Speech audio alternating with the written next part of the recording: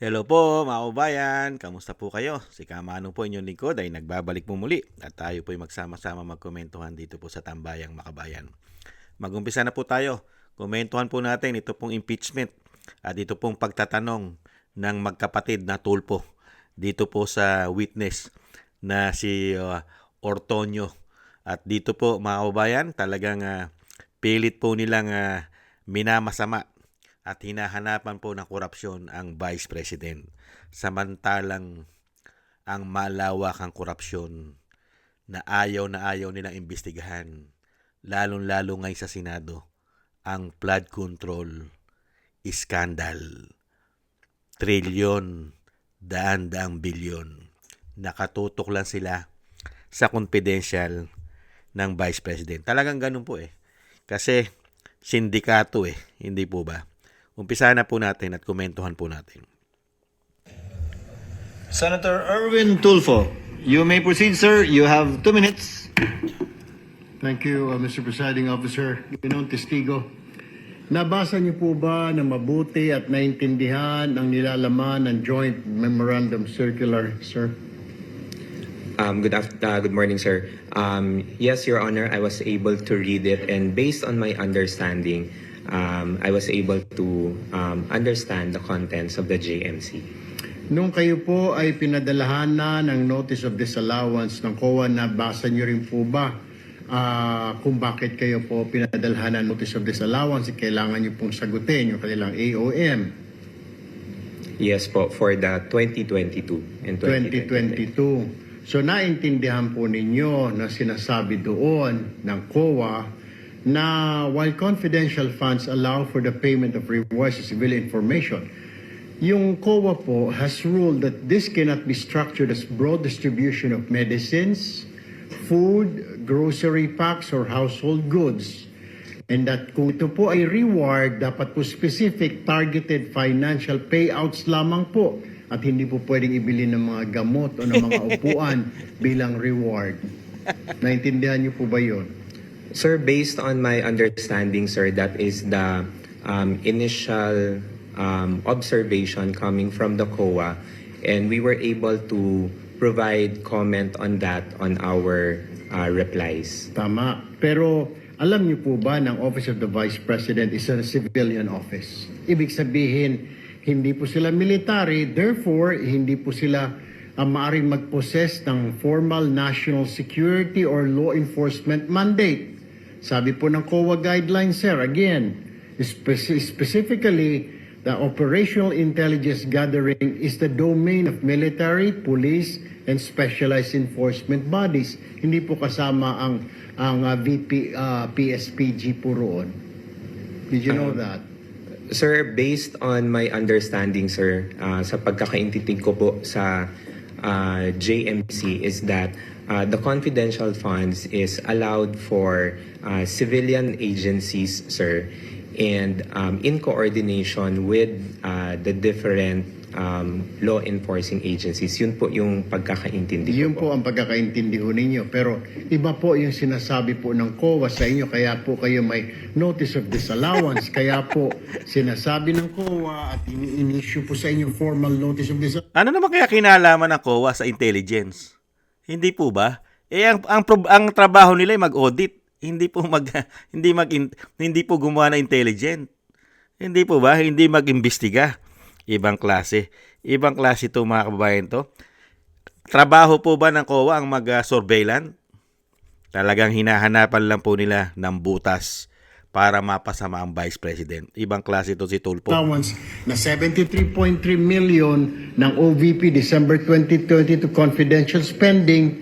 Yung po ang dahilan na major reason for this allowance was the 24.93 million pesos spent on medicines and 34.857 million spent on various goods were improperly categorized under the guise of it. Ibang klase, no?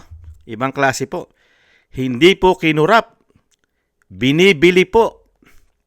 Ginagastos sa pangangailangan. At siyempre po, ito po ang mga agent.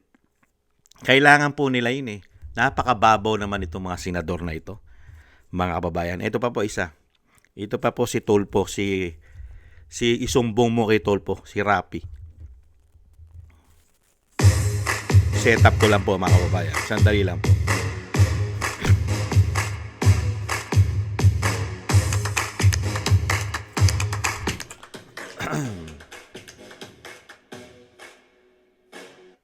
You have 2 minutes, sir. Thank you, Mr. Presiding Officer. Kayo po ay nag-reply sa AOM from COA for the check number 244027 dated 20 December 2022. Ano po yung proseso na ginagawa nyo once kayo po ay nakatanggap ng AOM or disallowance?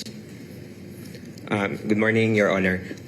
When we receive AOMs within the office, once we receive it, we inform of course, the Chief of Staff and of course also the head of agency of the AOM. We send them a copy for their information. Do you investigate? Once meron na pong instruction to kung sino po yung magko-conduct ng review, then that's the time po that we conduct a necessary review for Do you ask the reply. questions? Yes, sir, to the concerned na mga To the concerned. concerned na mga divisions. What questions do you ask, for example? Usually, sir, we ask point per point on what is Point per point, okay. point per point what is indicated in the AOM, so Yes. that we can also address the concerns point by point. Very good. Now, isa sa mga AOM ay observation ng COA, kulang sa mga dokumento, halimbawa, itong sinabi rito, 170,000, at marami ito by the millions. 170,000 for the payment of reward, open and closed medicines. Did you not ask, ano ba talaga to? Anong klaseng medicine ang binili? Kasi ang pagkakalam ko, meron kayong pera from confidential funds, binigyan nyo doon sa informant para siya nang bumili ng medisina. Yes, sir. Yun po Did you yung- ask kung anong medisina ang binili nung, para sa medisina bibili nung informant, yung pera? When the time na nag-consult po ako with the security officer, sir, I did not ask anymore on the specifics, but I asked on paano po yung naging process nila in terms of noong pag-release ng funds for the informants or for the agents. Sir, you are a very highly educated person from prestigious schools. Come on, it doesn't make sense. It defies logic. Tatanungin mo dapat, to protect Sarah, kasi very close ka kay Sarah, teka muna, anong klaseng mga medisina ang binili? Nasaan yung reseta? Kasi mali mo, baka namin hindi binili ng medisina, baka binili ng drugs, whatever, baka may nagbulsa ng pera. Grabe. Dapat, yun kasi ang kailangan ng, COA, di ba? Resibo. At Yan po mga kababayan, kailangan daw po resibo. Kaya nga gusto po natin maging presidente si BP Sara para makita rin po natin ang mga resibo na hinahawakan po ng budget ng mga senador at mga proyekto nila. Kailangan po yan mga kababayan. Gustong-gusto po natin mangyari yan dahil sinisingle out po nila si BP Sara. Samantalang ang pera ng taong bayan ay umiikot po sa mga kaalyado ng administrasyon. Hindi kaya? Ito po mga kababayan. Sinagot naman po yan ni Ortonio. Ito po, yung pagtatanong din po ni Cheese. Sinagot naman po yan. Kung paano po. Pukingin na mo, Paldo! Wow! Paldo na naman! Pwede din bang... Hindi, may binigyan kayo ng medicine, di ba? Sa regular budget ng OVP. yes po, we do have our medical and burial program here. At yung binibigyan nyo ng medicine at burial program, cash out. What we do po at that time is that binibili po namin yung medicine sa partner pharmacies of the OVP, and then we release it to the clients who approach the office for medical assistance In the form of medicine na. in the form of medicine. So I presume itong binibili nyo gamit yung regular budget, may resibo to. Yes, sir. Ang ginamit nyo na pang food and medicines sa confidential fund, binigay nyo diretso sa recipient, and presumably sabi ng recipient, bibili ko ng pagkain to. Bibili ko Yes. ng gamot to. Based on the information, Your Honor, provided by the security officer, that's how it was. Ganun yung procedure on how the medical and food aid. So was walang held. resibo yan? Based on the information I gathered, sir, no official receipts was Nakalagay ba sa acknowledgement receipt kung for food or for medicine yun? O kayo na lang yung nagtali na ito food, ito medicine? Sir, unfortunately, sir, for the acknowledgement receipts, I was not able to see them personally, sir. Not a single one? No, sir. At that time, sir, I was not able to see any of the acknowledgement receipts. One last question. Yung chairs, wala ring resibo yun? Yung regarding for the chair, sir, based on the information also provided by the security officer, no receipt as well, sir, because the representation was that yun yung ipamimili nila for the tables and chairs. So what you're saying is binigay din yung pera sa informant, quote-unquote, that's your wording, para bumili siya ang bibili ng chairs at yun yung bayad sa kanya, quote-unquote. That's based on the information provided by the security officer.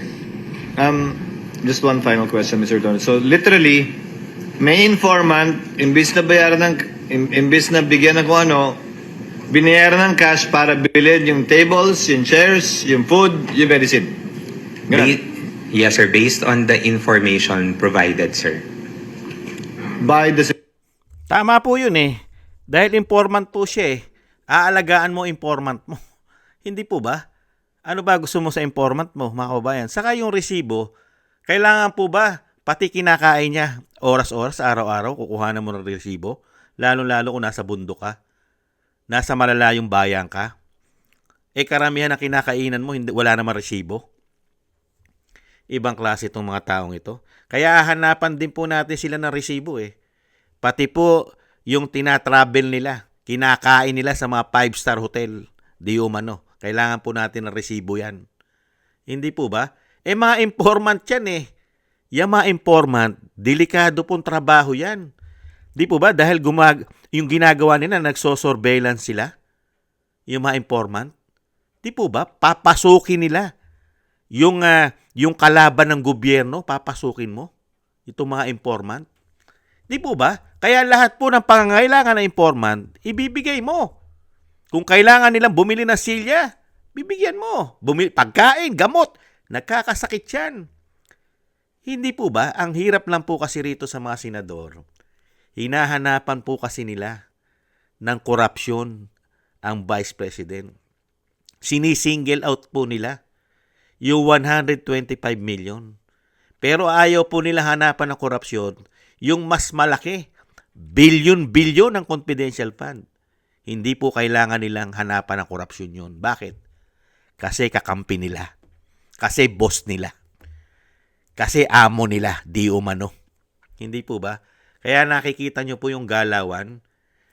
Kaya po nila dinala sa impeachment ang Vice President para hindi po maging presidente ng bansa. Real talk. Yan lang naman po ang dahilan eh. Kasi i-impeach mo ang Vice President sa confidential fund, confidential fund.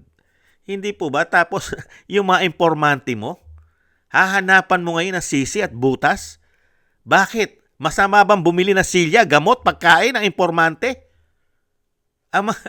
Hindi po ba? Pagka ganyan po ang gusto nyo mangyari, mga kababayan, lahat ay riresibuhan, kailangan ng resibo, una kayong magpakita. Una kayong magpakita, ipakita nyo sa taong bayan, lahat ng ginagastos nyo, mga senador, congressman, ipunin nyo mga resibo nyo. Bakit ang nakapagtataka pagdating po sa Senado at House of Representatives, hindi po kailangan ng resibo?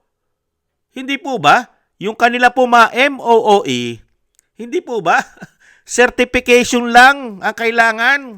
Liquidation by certification lang sila.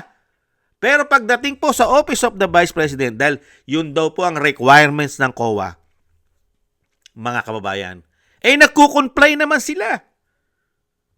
Halos lahat po ng may hawak na confidential fund sa ating bansa. Ganyan po ang lakaran.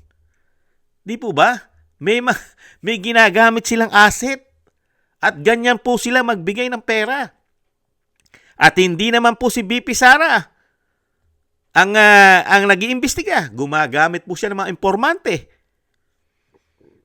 ng mga intelligence. Di po ba? Gumagamit siya ng mga asset. At ang ginagamit niya naman mga militar, mga sundalo, nasa army, mga pulis. At yung mga pulis gumagamit ng informante. Ganon din po ang mga sundalo na pinagkakatiwalaan niya. Gumagamit din ng informante yon na civilian. Gumagamit po sila ng civilian. Hindi po ba? Malawak po kasi yan. Hindi po porkit na ang humawak po ng confidential intelligence ay si Colonel La Chica. Hindi naman po kaya ni Colonel La Chica mag-isa yan. Marami pong informante yan. Naka-spread po yan buong Pilipinas kung ano yung programa ng Vice President. At yung programa ng Vice President, nakadetalye yun. Kaya nga siya binigyan ng confidential fund dahil inaprubahan ng Office of the President. Hindi po ba aprobado? Kaya nga lang po, masyado pong pinulitika yata ang Vice President. Bakit po? Mukhang tinamnan po siya. Hindi kaya? Dahil nung i-release ang pera, December na. Kaya lang matalino ang Vice President. Isa po siyang abogado Nakaprograma na po lahat. Kumikilos na yung kanyang mga informante, yung mga asset, kumikilos na yan. Kahit hindi pa lumalabas ang pera. Paglabas ng pera niyan, saka mo ngayon i-spread. Ipapamahagi mo lahat yan. Lalong-lalo yung pangangailangan. At yung confidential, intelligent, yung ginagawang surveillance niyan, hindi naman po natatapos agad yan. Tuloy-tuloy po yan. Yung panggastos nila, hindi naman po matatapos yan hanggang 31st ng December. Dire-diretso po yun. Yung pera na yon, dire-diretso po yun. Kumikilos at gumagalaw yon. At nagagamit po ng mga informante yon. At kino-question pong pilit ito pong magkapatid na tulpo. Ito pong hindi nila po matanggap na binili ng pagkain, binili ng gamot, binili ng upuan. Gamit po nila yan sa surveillance. Gamit po nila lahat yan. Pangangailangan po nila yan. Hindi po ba? Ang gusto yata nitong mga tulpo na ito, mga kababayan, pagsasakay ka ng tricycle, hihingi ka ng resibo. Pagsasakay ka ng jeep, hihingi ka ng resibo. Pagkakain ka sa karinderya, hihingi ka ng resibo. Pagbibili ka doon sa maliliit na mga drugstore, hihingi ka ng resibo. Pagbibili ka ng gamot sa tindahan, hihingi ka ng resibo. Kailangan po lahat nakaresibo. Unbelievable, mga kababayan. Ganyan po kasarsuela. Kasarsuela ang ginagawa nila sa Vice President. Ibang klase. Kaya may panahon din po Panapanahon lang po yan. Panahon po nila ngayon. Pag pinagkaloob po ang Vice President na maging presidente ng bansa, napakarami pong isusuka ng mga politiko na ito. Napakarami pong kailangan nilang ipaliwanag sa Vice President pag siya na ang presidente. Kailangan nilang buksan ang mga libro nila. Open the book. At kailangan nilang maglabas ngayon ng resibo at ebidensya sa mga hinawakan nilang pondo ng bayan. Lalo-lalo na yung mga tumanda na, tumagal na sa posisyon. At lalong-lalo po ngayon, nalaganap at talamak ang korupsyon sa ating bansa. Lalo-lalo na ang mga mali-maletang issue. Mga insertion, allocables, hindi po ba? Mga senador, mga congressman, hanggang Malacanang. At napakasarap po niyan panuorin.